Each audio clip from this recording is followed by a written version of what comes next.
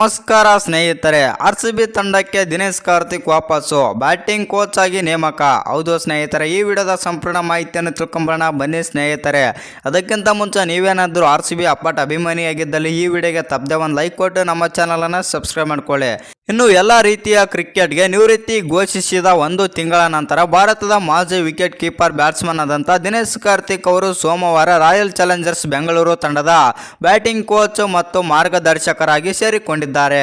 ಹೌದು ಸ್ನೇಹಿತರೆ, ನಮ್ಮ ಕೀಪರ್ ದಿನೇಶ್ ಕಾರ್ತಿಕ್ ಅವರನ್ನು ಹೊಸ ಅವತಾರದಲ್ಲಿ RCBಗೆ ಸ್ವಾಗತಿಸುತ್ತಿದ್ದೇವೆ.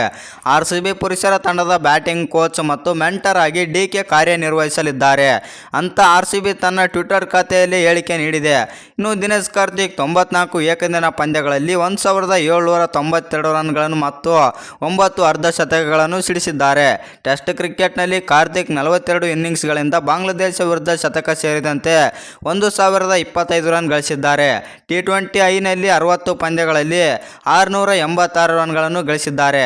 ಇನ್ನು ಈ ವಿಡಿಯೋ ನಿಮ್ಗೇನಾದರೂ ಇಷ್ಟವಾಗಿದ್ದರೆ ಒಂದು ಲೈಕ್ ಮಾಡಿ, ಶೇರ್ ಮಾಡಿ, ಹಾಗೆ ಇನ್ನು ಹೆಚ್ಚಿನ ಕ್ರಿಕೆಟಿಂಗ್ ಅಪ್ಡೇಟ್ಗಳಿಗಾಗಿ ನಮ್ಮ ಚಾನಲನ್ನು ಸಬ್ಸ್ಕ್ರೈಬ್ ಮಾಡ್ಕೊಳ್ಳಿ.